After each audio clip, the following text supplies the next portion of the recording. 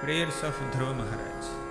ध्रुव उवाच योऽन्तः प्रविश्य मम वाचमिमां प्रसुप्तां सञ्जीवयत्यखिलशक्तिधरस्वधाम्ना अन्यांश्च हस्तचरणश्रवणत्वगादीन् प्राणान्नमो भगवते पुरुषाय तुभ्यम्।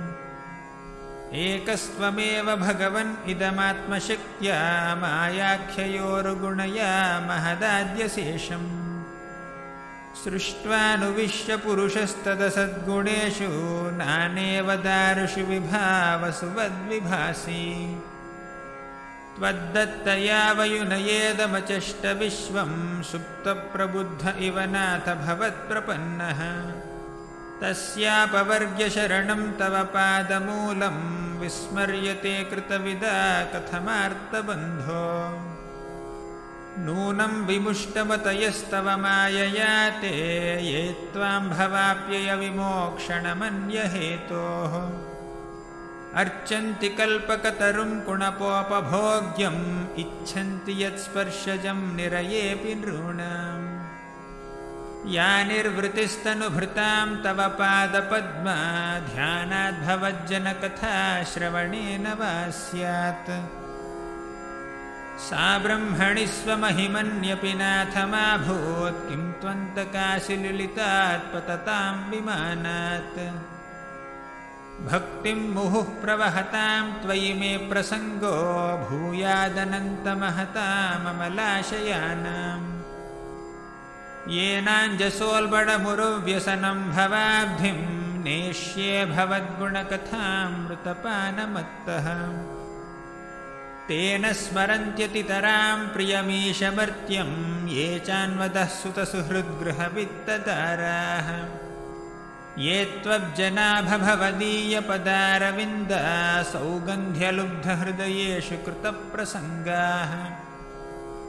तिर्यन्नगद्विजसरीसृपदेवदैत्या मर्त्यादिभिः परिचितं सदसद्विशेषम्।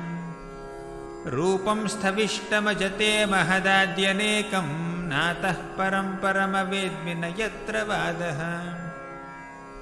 कल्पान्त एतदखिलं जठरेण गृह्णन् शेते पुमान् स्वदृगनन्तसखस्तदङ्के।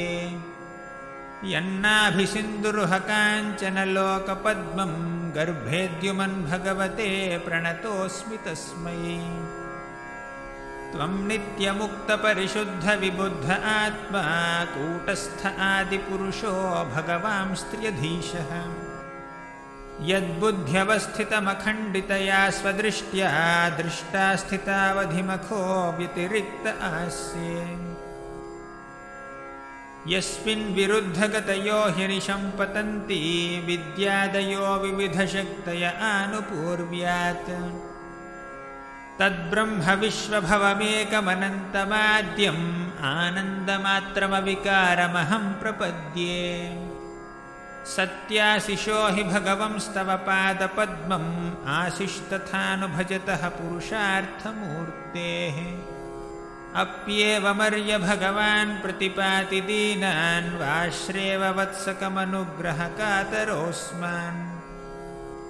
हरे कृष्ण कृष्ण कृष्ण हरे हरे।